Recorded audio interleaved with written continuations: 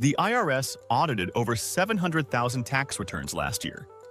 And if you're a freelancer filing Schedule C, your odds of getting flagged are higher than average. But here's what most people don't realize. The IRS isn't randomly picking returns. They use a computer scoring system that compares your numbers to everyone else in your industry. If something looks off, you get flagged. In 2026, the IRS is using AI-powered tools to catch mismatches faster than ever. Here are 7 red flags that could put you on their radar and exactly how to avoid them. Note: this information applies to US-based freelancers and self-employed individuals. Welcome to the Freelancers Wealth Blueprint. Let's make sure the IRS has no reason to look twice at your return. Red flag number 1. Your 1099 income doesn't match your tax return. This is the number 1 trigger. The IRS receives copies of every 1099 sent to you. If the total on your 1099s doesn't match what you reported on Schedule C, their automated system flags it instantly. Here's where it gets tricky in 2026. The 1099 NEC threshold jumped from $600 to $2,000. So some clients won't send you a 1099 at all. But if another client pays you through PayPal or Stripe, and you cross the 1099K threshold of $20,000 and 200 transactions, you'll get a 1099K showing gross payments. The mistake?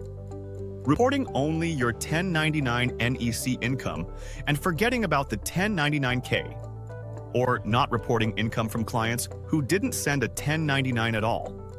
The fix: report all income on line 1 of Schedule C, whether you received a 1099 or not.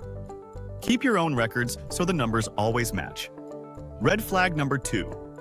Your deductions are way higher than your income. The IRS uses something called a DIF score, the discriminant inventory function. It compares your deductions to other freelancers in your industry with similar income levels. If your numbers are way outside the norm, you get flagged. For example, if you report $50,000 in freelance income but claim $45,000 in expenses, that 90% expense ratio looks suspicious. For most service-based freelancers, expenses between 20 and 40% of income is typical. The fix: only claim legitimate business expenses. Keep receipts and documentation for everything. If you had a genuinely expensive year, keep records that explain why. Red flag number 3. Claiming a business loss year after year. If your Schedule C shows a loss for 3 or more consecutive years, the IRS may classify your business as a hobby. Under the hobby loss rule, hobbies cannot generate deductible losses. This is especially common for freelancers who are just starting out or who have a side business alongside a W-2 job.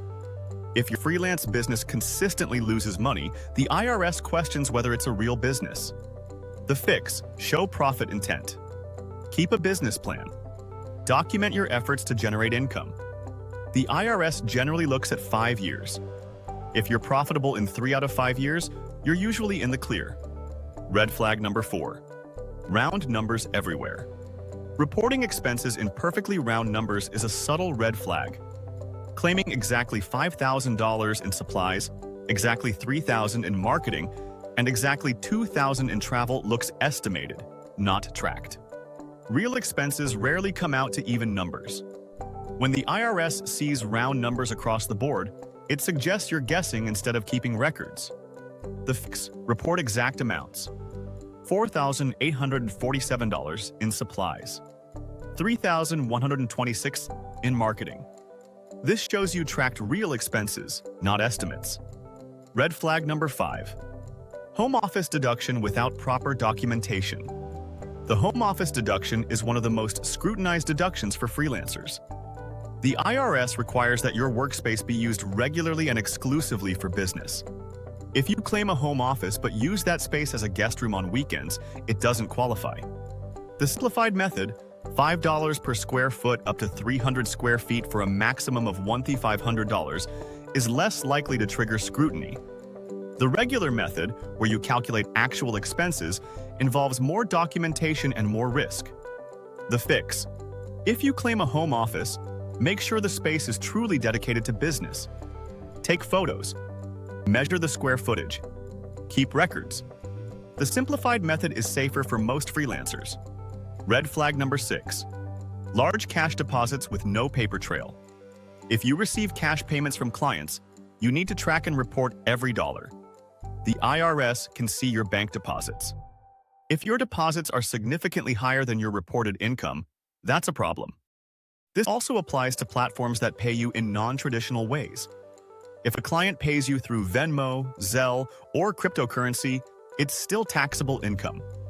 The fix: keep detailed records of all payments received, including cash, digital payments, and barter transactions. Use a dedicated business bank account so every deposit has a clear source. Red flag number 7. Mileage deduction without a log.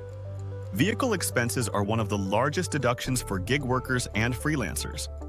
The 2026 standard mileage rate is 72.5 cents per mile. But the IRS requires a contemporaneous log, meaning you track miles as you drive them, not from memory at the end of the year. If you claim 20,000 business miles but can't produce a mileage log when asked, the IRS can disallow the entire deduction. That's $14,500 in deductions gone. The fix: use a mileage tracking app. Record the date, destination, purpose, and miles for every business trip. Start doing this now, not in April. Now, what actually happens if you get flagged? Most IRS audits for freelancers are correspondence audits. You get a letter, usually a CP 2000 notice, saying the income on your return doesn't match their records. You have 30 days to respond with documentation.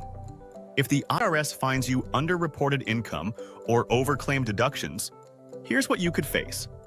The accuracy-related penalty is 20% of the additional tax owed. If you owe an extra $3,000, that's $600 in penalties. The failure to file penalty is 5% per month on unpaid taxes, up to 25%, plus interest on everything. Here's the bottom line. The IRS isn't trying to catch every freelancer, but their systems are getting better at spotting mismatches and unusual patterns. The best protection is clean records. Track all income, even without 1099s. Keep receipts for every deduction. Use a dedicated business account. Log your mileage in real time. And make sure your Schedule C numbers make sense.